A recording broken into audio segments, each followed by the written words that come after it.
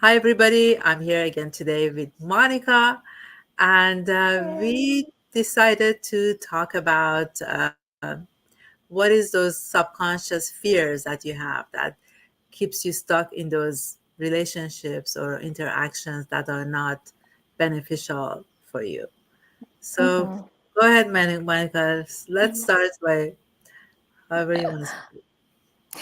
Well, yeah, I think with subconscious beliefs, the thing is that they are subconscious. So that means it's hard to have a conscious awareness or perception of these beliefs unless you are intentionally looking to raise your awareness. So we all have subconscious beliefs, we all have subconscious fears.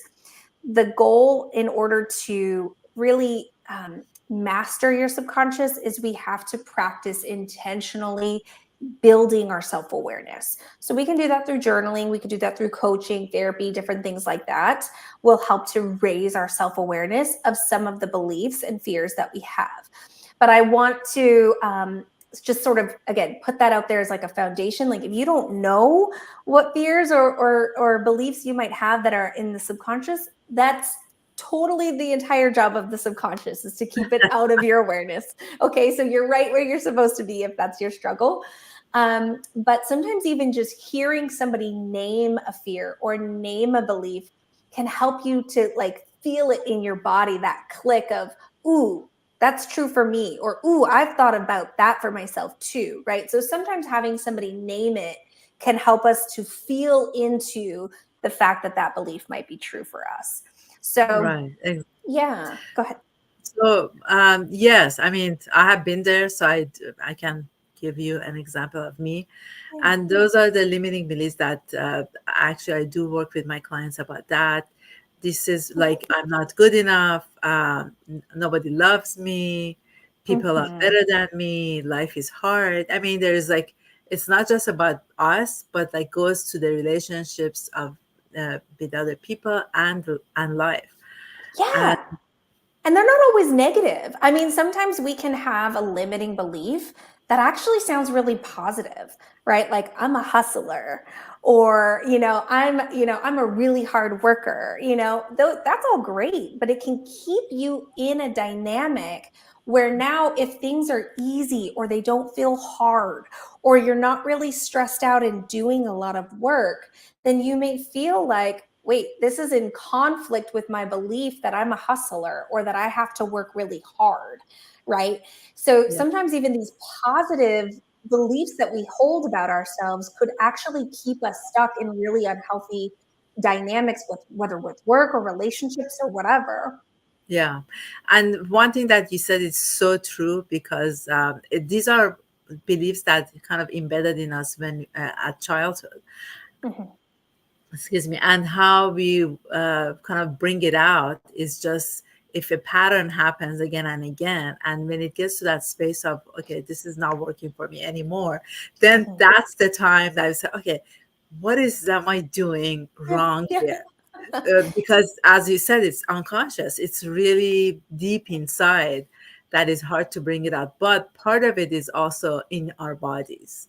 Yes. And it's, yes, and I mean, I do the like inner child work, and but Yes. I often ask them, so where is this feeling of anger, sadness, whatever it is, from that knowing of I'm not good enough, where is it in your body? And it's so interesting that when they go deep, they can feel that pain again as a Mhm. young, I mean, 30, 40, 50-year-old person versus the 5-year-old.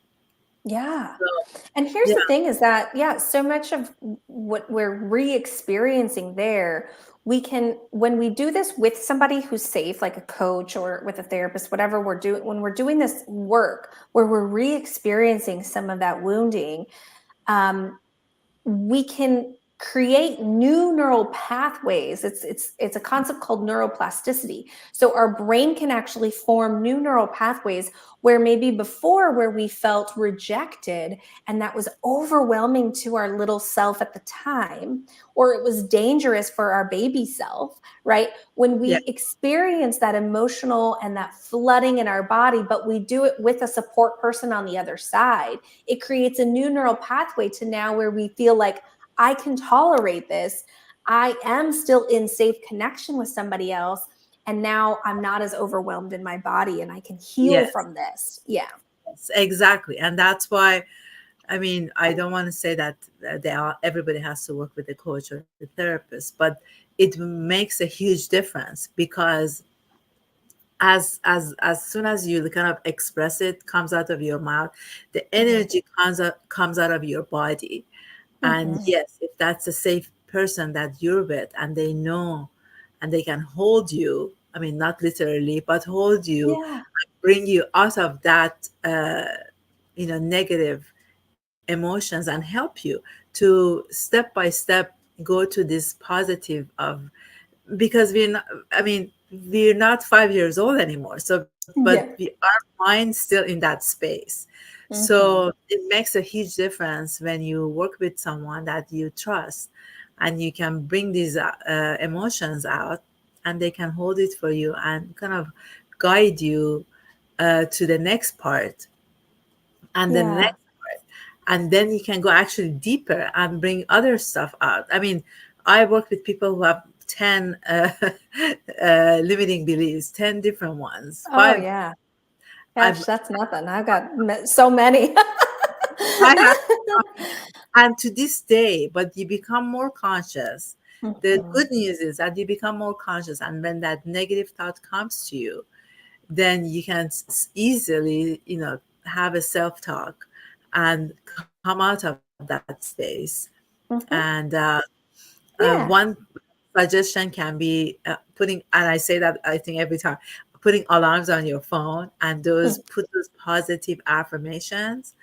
And when it's I don't know, 3 4 times a day, whenever it's convenient, it comes up and you read it and you kind of actually say it out loud, then Yeah. eventually it will your being will change.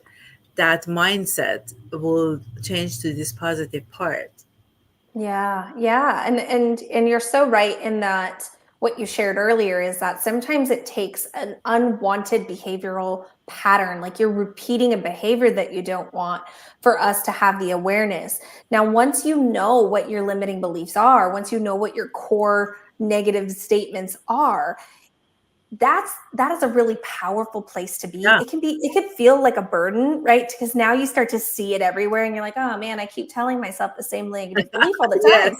But it actually is a really powerful position to be in, because with awareness comes choice. And once we Exactly. have a choice, then we have some more power. So when we can see what we're saying to ourselves, we can step back into some power. And to your point, we can unpattern it. We can begin to take action steps like the alarms on your phone to unpattern those negative beliefs that we might have about ourselves that are keeping us in unwanted situations. Another great tool is using journaling. It is so accessible.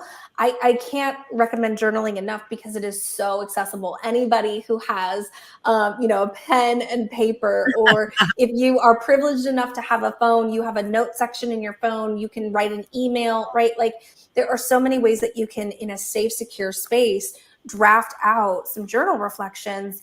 And there's, the internet is flooded with journal prompts that you can just, for free, have these journal prompts if you don't know what to journal about, that can help to trigger some deeper self-discovery, from the spirit of curiosity, not judgmental, oh, I got to learn about myself because I'm broken, I got to fix myself. That's not the energy that you want to have. If you're trying to unpattern these limiting beliefs, you really have to come at it from an angle of compassionate curiosity. Because if you start with the negativity, it's going to lock that fear into place, right? That belief now feels even more threatened. So your nervous system isn't in a place to step back and to soften. It's in a guarded place. Right. So Exactly. if we're judging ourselves and harsh with ourselves, that's not going to be the space where we can really be journaling and learning about ourselves. Yeah, you talked about journaling. I actually have a self-discovery journal that I Yeah. can put the link on the chat. It's a complimentary one, and it's only like 10. Yeah. You can just explore, and if you do it tonight or tomorrow morning or whenever you do it, look at it again and again in a couple of months, because your attitude, the way that Yeah. you feel, it changes, and Well, you and can, sometimes the themes can emerge. Like you can yeah. start to see that you say similar things time and time again, and that can give you a clue as to where some of those core beliefs are. From. Yeah. I mean, as you said, the first step is knowing what your limiting belief is. I Hmm. mean, and the first one may not be the major one, but it can Hmm. be the first step to the five or four other ones that Yeah. we all have. Yeah. Well, and Yeah. I think like for me with the folks that I work with who are in burnout, they might have some of these limiting beliefs or core beliefs that are like what I mentioned earlier. I'm a hustler. I'm a really hard worker. I don't, I'm built different. I don't get tired, right? Like I operate really well under stress, right? Like some of those limiting beliefs can actually keep us locked into really a pattern of addiction to stress or a pattern of where things have to feel really hard. And remember, our relationship with work is oftentimes reflected in our relationship with our intimate partners. Yeah. So if you feel like you have to be in a stressful, chaotic situation in order to feel aligned with your core message, that's going to happen in your intimate relationships too. So it's really important that we discover those stories and really notice, even if they sound positive, really notice if it's connected to an unwanted pattern of behavior that we're trying to unpattern. Yes. Yes. So beautifully said. Um, there is hope. So if Yes, you keep yes, limiting beliefs and those patterns, it's okay. And yes, definitely. Monica is here. I'm here. Whoever that you choose to actually be interact with, we offer the 30-minute complimentary call, so you Hmm. can get in touch and ask us questions. And sometimes that 5-10 minutes of conversation, it opens up a light bulb, and then it Totally, would change what you think about yourself. So totally. we'd be happy to help you, guide you, and Yeah. Can I thank you. plug the workshop that we're going to be doing at the end of this Yeah, month? Okay, yeah, awesome. So, June 24th through 26th, we're actually going to be addressing some of the limiting beliefs that we have and looking to get clarity about what they are, as well as to get more confidence so that we can begin to unpattern those core beliefs and really become more limitless. So, the event is called Limitless, June yeah. 24th through 26th. The tickets are on sale right now through the end of the week. They're early bird pricing of $77. And so I'll make sure that you have the link for all your people who might want to see that. Thank you. Yes. Please send me the link so I can put it on the description and sign me up for it. I'll be there. Yeah, I can't wait to have you there. It's going to be Thank, fun. thank you. All right. We'll see you guys next week. Thank you so much, Monica. See Bye. ya.